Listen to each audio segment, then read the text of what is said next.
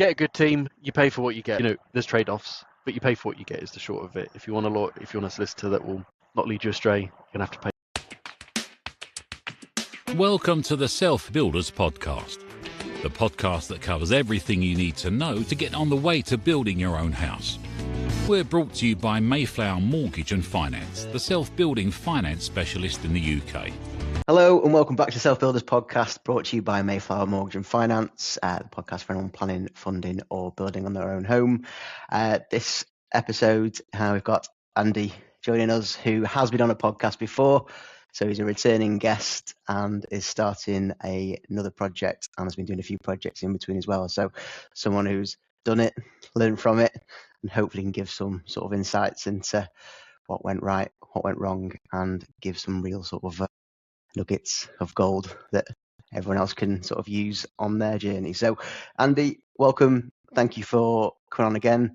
And if it's all right with you, go sort of back to the beginning, and if you can introduce yourself again and tell the listeners a little bit where your self-build sort of journey, I suppose, started, if that's okay. Yeah, sounds good. So, my wife and I, her parents built houses a long time ago, and then one day, maybe, well, I think it's a good thing. We decided to jump on the journey, and I think it was 2017 now we started our first house. We found a plot of land. It's a pretty tricky piece, not an easy one to work with, and it was quite cheap. It was about 130,000, and that was in the southeast. So really quite fortunate, I think. So we did our first build, did it in around 120,000 as well. So I think just under £1,000 a square meter. So really good value, especially nowadays. Yeah. So really great value. And yeah, we did a lot of it ourselves. I think we learned all the trades and really had a good experience with that. Managed to do it all, managed to finish. Didn't really have any major issues, I think. I mean, we built on chalk, so it made things a lot easier. We didn't have any issues with the foundations. But it took a long time, took a lot of effort. I think it took a lot out of us, but we learned a lot. So we learned how to do a lot of what is required, and because of that, it allowed us to keep trades on board and accountable for the builds that we the latest build that we did, and throughout that process. So we had situations where brickies would be taking out the floor vents and saying that you don't need those in there, but we knew from building control that you did. So it gave us kind of we understood the fabric of the building a bit more, and really it allowed us to kind of keep our trades a bit more accountable. So we subbed everything out, and that was the approach that we took. So we project managed everything, got our hands quite dirty on that first one, and then subbed it all out, and essentially found a team that we got on really well with, that we used for the next one as well. Okay, so what was the original motivation for that first one? Was that just for you two guys to live in, or do you think at that point it was going to be a bit more of an obsession or a one after the other? Yeah, I mean, definitely it was a way to get on the housing ladder. We were looking at houses, and we were like, for the money that we could get in the area that we wanted to go, we just didn't see much. And I think we, knowing our in-laws could do it and had done it and had the skills, and then my father-in-law was a civil engineer as well, so on top of building the houses, he had that kind of deep experience. We just decided to go for it. I guess we were a bit younger, we didn't have kids, so we had a little bit less to lose. So we just decided to go for it. My dad is a chartered building surveyor, and he was not super enthusiastic about it. He had seen a lot of people go down that route unsuccessfully. So he wasn't telling us not to do it, but he wasn't super positive. I remember it was when the timber frame was up and the roof was on, we were standing on top of the scaffolding, and that was the first time I remember him being calm about it. He was like, okay, it's going well, so well, good choice. But for that first the year, a little bit of caution's not a bad thing. Yeah. And now he's super encouraging. But I think the bigger the houses get, and if you want to do more than one house, the more complicated the funding gets and the planning gets. So it doesn't necessarily get easier. It's just different challenges. Okay, so where's the journey gone? So you've did the first one completed, and then where have you moved to? What have you moved on to now? Yeah, so we moved down the road to a place called Sevenoaks, just in Kent. We were quite lucky to get a place there. So it's a really nice area. I think we were quite fortunate. It was someone's garden, and we were kind of first in there, and we moved pretty quickly. difficult to get the funding on that one. We did a self-build mortgage with BuildStore, and then that didn't work, which is why we came to you guys. And then we had a very, very short period of time to get it over the line, and had to kind of bluff it with the seller that it was with the underwriter and stuff, even though we'd completely lost the mortgage. So that was very, very stressful. So we were kind of being a little bit circumspect with the truth, I think, but we managed to get. I mean, it was amazing. It was. I think we managed to. I think it was Mark from your team, and we managed to get it through in like 6 weeks. The mortgage. It was crazy. I mean, every day we were working hard on it, it was good. which is pretty insane. Yeah.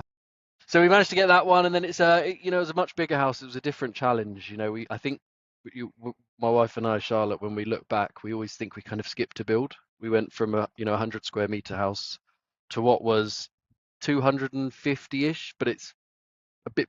That's your kind of measured floor space, but it is 3 floors. Each floor is technically 100 square meters. The loft is, you lose a little bit because of the eaves and stuff, but it was a big jump, I think. And at the start of that build, I had a slip disc in my back, so I couldn't do any of the groundworks. So I'm very much hands-on, and I was having to take a back seat while my father-in-law and my wife Infuriate you. literally. So it was hard, and I literally couldn't move really. So I really didn't have a choice. But it was a great opportunity. I mean, it's an amazing house. It's on the market in the next week or so, because we have to fund the next build that we're going to do.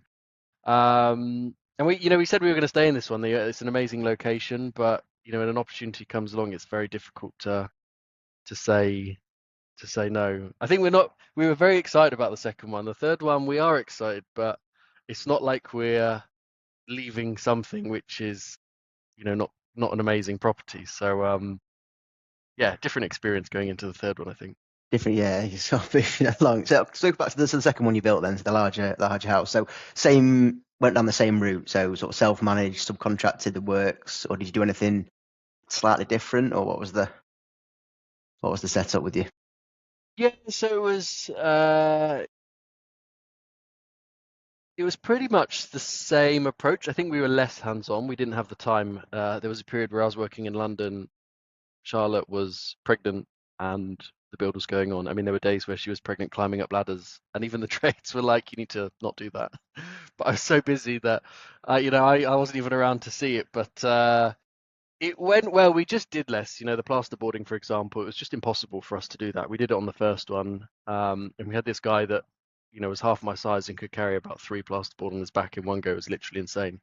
But so I think we didn't make as much money possibly, and then going into the third floor and creating a hot roof was quite expensive as well. It was worth it, but it was quite expensive. Obviously, insulation and extra, whole extra floor that you didn't necessarily budget for. So I would say we probably didn't make as much money on that one, even though it was probably more stressful, a lot bigger. Yeah, and a few other lessons learned, which I'm sure you'll come on to in a minute, about things that would probably benefit people as well. That's what I was going to sort of, yeah, you've nicked the slide into the next sort of question there. So yeah, what did you learn? What did you learn from the first one? What sort of mistakes did you make with the first one that you've corrected, or what things did you do slightly differently? Yeah, but I think our first one was a smaller house, right? And it went for just over 500,000, and those houses sell a lot quicker. This house is bigger; it's over 1 million.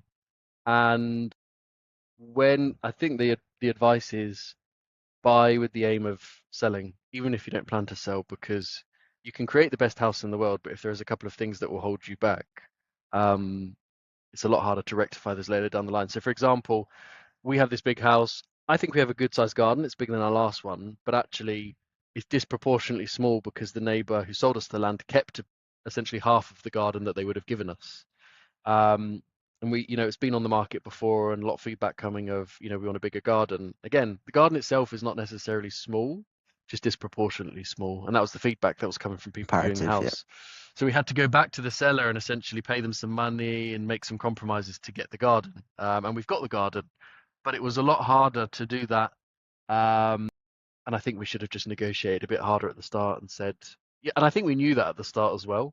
So I think really you've got to think with the end in mind. And it's easy when you're in the middle of the financing and the contract and you love the place and it's your dream house and you're desperate to get it. It's easy to overlook things or make compromises. But I think you have to be really strict and say, if this is going to affect the resale value or how easy it is to build or what we can build. I think you've just got to be really careful because at the end of the day, I think it will come and bite you at the end of the day. Yeah, it's difficult to sort of the balance between head and heart, especially when it's sort of you're aiming to live in it in the end. But I think it's a good tip that one of the reasons people do self build, whether that's your main aim or not, is that it can be cheaper and it can give you more equity than buying off the shelf or from a large national sort of developer on the new build side. So it has to come into it somewhere, I think is a good idea. And then the build itself, you sort of touched on a little bit in terms of doing a little bit less yourself this time, maybe through necessity with bad back, pregnancy and work. But is there anything in the build itself that you did that you sort of learned? I mean,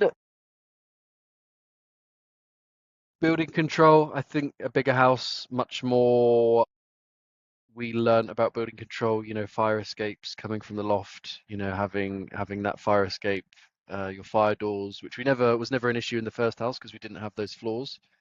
So that created a lot of grief, I think, for us, which could easily have been avoided. So really upskilling on the building regs was a good lesson. And then heat pumps. Everyone's got to have a heat pump more or less these days. And getting your heat pump working and getting someone that knows how to install it is an absolute deal breaker. We had an amazing plumber and a firm that were quite well regarded, but they had very little experience, I think, in installing the particular type of heat pump that was put in. And it took pretty much a year of tweaking and different people. And it turned out that another company that came in had to actually go to the manufacturer and get one of their team to come in, and it was all electrics. It was all coding and programming. It was nothing to do with the actual installation. So what I would suggest is, heat pumps are a great thing. I think, we're going to have to put them in soon. So the choice as to whether or not you put them in will probably be taken out of your hands. But it's definitely worth the time, the investment, and getting a great firm to put in your heat pump, because when it's -5 outside in winter and your hot water's not working, that's when it becomes a bit of a problem, and you don't want to make that mistake. It's just not fun. Yeah, we heard that quite a bit in terms of you need to get a specialist or someone who is on board. One, in terms of the expertise and the ethos for the heat source pumps, and we had Solarcrest on for their ventilation side of things as well, and they sort of mirrored the same image. And if you ever get a builder or installer who's trying to talk you out of doing what you're going to do, it's cut the conversation short quite quickly and move to someone who's specialised in that area. And for sort of big budget and costing and stuff with the second build, money side of it, I was obviously touch on because of sort of who we are. The financing side, larger build, probably a little bit more complex in that sense. How did you find the journey sort of from the initial one to the second one? Anything learned there? Anything sort of that came out of the woodwork that was unexpected, or was it more just speed and sort of time and pushing it through? Yeah, we had to, for the second one, obviously more expensive. We were quite lucky. My dad let us, gifted us some money while we stayed in our house and waited for it to sell. So we paid him back as soon as that went through, and then got a mortgage for the rest. It was a difficult mortgage. I think, as I mentioned, we had to kind of go to you guys, and you kind of rescued us from that. I don't think there's anything we could have done differently. It's just self-employed income.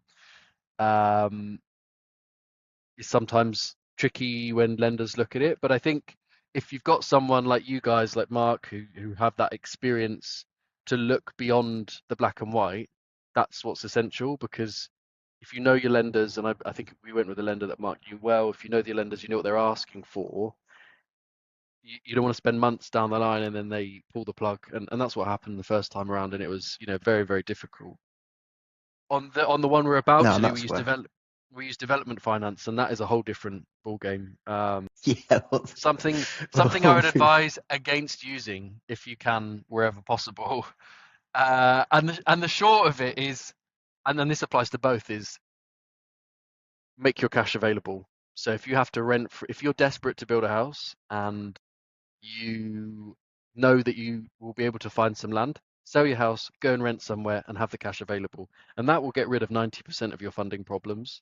So I will never ever go with a development finance again. Mortgage, I don't think is too bad. Mortgage, as long as everything's watertight. But my biggest lesson is, don't do development finance. There's a time and a place for it. Sorry, don't do development finance on secured lending. So for a self-build, development finance for Yeah. commercial is probably a lot easier. It's different, whole different ball game. But for doing it for a self-build is not a good idea. And I don't think a lot of lenders want to do it, or even are able to do it. And we managed to kind of find a back door. But again, had we not had these problems with the garden and our house, and how we, again, it comes back to that. Had we sorted that out, we would have sold our house a lot quicker, and then we would never have been in this situation. So that is the biggest piece of advice I can give: is if you're desperate to do it, you think you're going to be able to do it, you can see a plot of land, sell your house, get the money, rent if you have to, live with family, whatever it is, but have the cash, because that will save you a lot of grief. Yeah, from our side, having the cash available helps a number of sort of different ways, especially with cash flow, gives the lenders a little bit more confidence. But yeah, we'll always try and do a self-build mortgage where possible, rather than reverting to the regulated development side of things, where there's a few more hoops and can be a little bit more expensive overall as well. Which again, in terms of eating into one of the reasons for doing the self-build and development finance in the first place, it can eat into sort of the profit that you'll get the other side. But touching on the sort of mark side of things, yeah, using someone with expertise, someone with experience, and a relationship with the lender as well. We don't work with sort of lenders that don't understand the market, they don't understand self-builds. All the lenders that we have available to us know what we're asking of them, and we'll present it in a way that hopefully goes through smoothly and gets the funding in the end. So moving on to this next project, then, give us a little bit of description about the development. I say development in the sort of loosest terms, regulated development, but what's the plan on this one?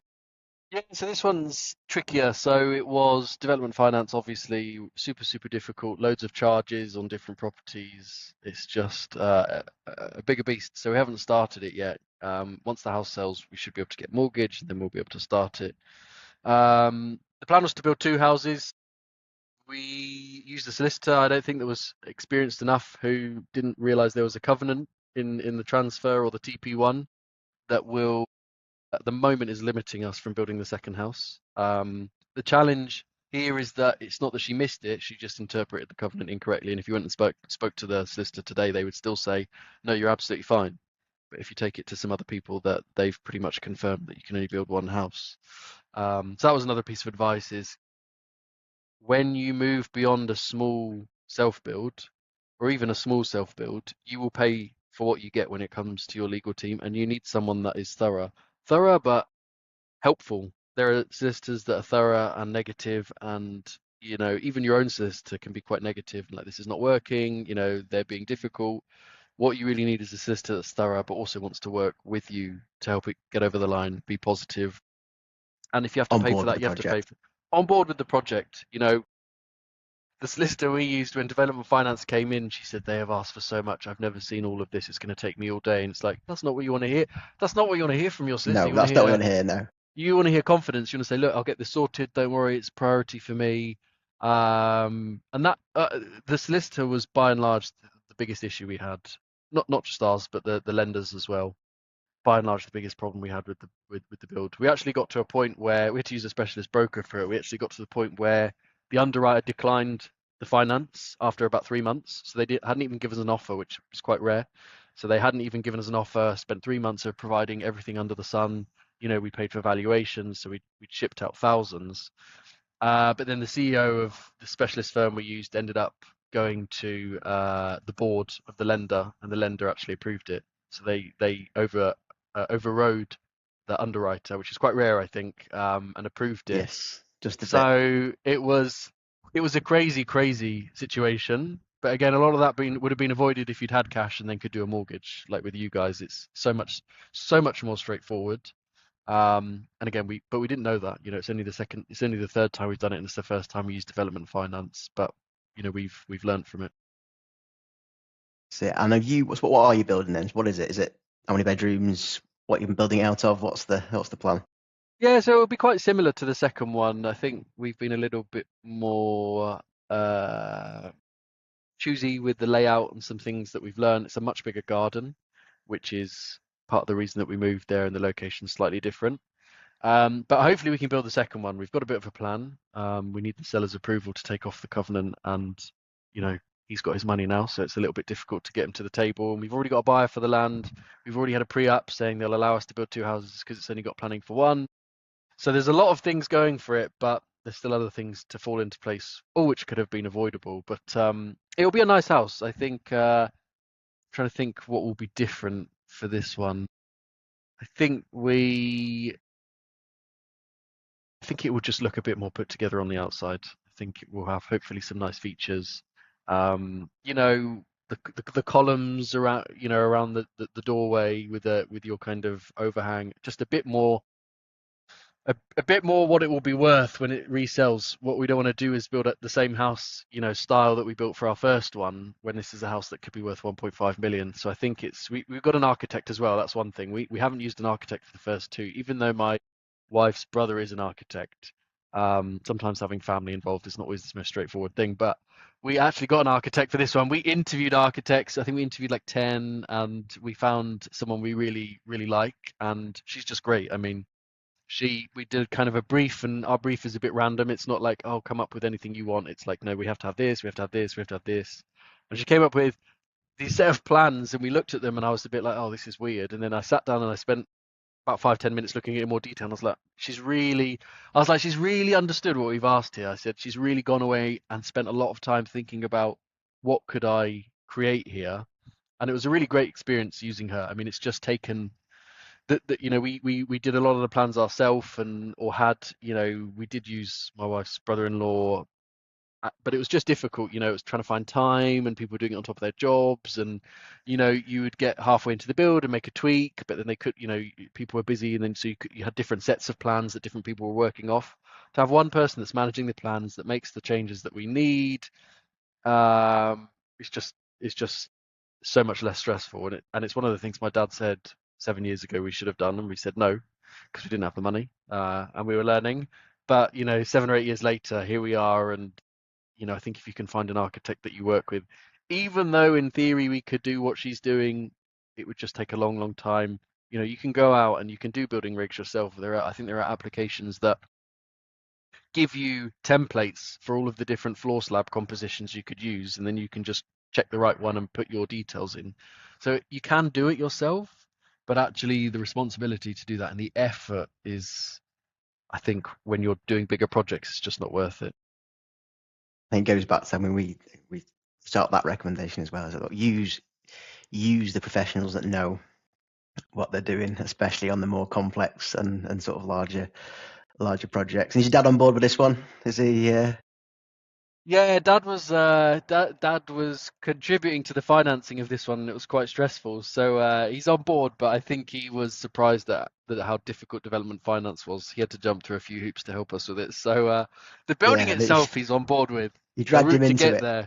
Yeah, the route to get there. But this time we'll give him a nice holiday. So I think we didn't have money. We didn't really have money on the first ones to say thank you that much. But this one we'll definitely give him a nice holiday.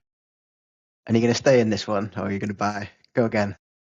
Yeah, I think so. I mean, it's in the right location. It's a great garden. I don't see any reason we'd move. We've got another plot of land not far from there that we've got an option agreement pending on. So that one is where, if we get planning, we can potentially build 2 or 3 houses. But I think we're looking at, and this is another option in the industry, is something called back-to-back transactions, whereby you buy it, get the planning, and then just resell it straight away without actually taking any money. So we're looking at that. We think it might just be an easier way to make some money without all of the stress. So we're not sure, but we've got it in our back. This one, yeah, we're going to live in this one. But the other one, again, it's a great location. We used a company who can actually find land quite easily. Not quite easily, but they can find land, and they were super helpful. So they helped us find this one, and yeah, it was a bit wild. It's amazing. Well, yeah, thank you so much for sort of coming on and just sharing sort of where you're up to and what you're doing. And yeah, we're always here if you need anything in terms of self-build or development or anything like that. Then let us know. But if you leave us on sort of one thing that you've learned, whether it's from planning, building, funding, what would be the one thing that you'd tell everyone as the golden bit of advice? Get a good team. You pay for what you get. And then in some situation, we've got amazing roofer, cheap, high quality, difficult to get a hold of him. There's trade-offs, but you pay for what you get is the short of it. If you want a solicitor that will not lead you astray, you're gonna have to pay for it. So that is the short of it. If you want to build a nice house, have good people, cost money.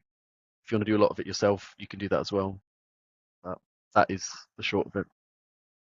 Get what you pay for. You get what you pay for is the reality. Yeah. Amazing, Andy. Well, thank you so much for coming back on and sharing where you're up to. Yeah, no problem. Thank you so much for having me.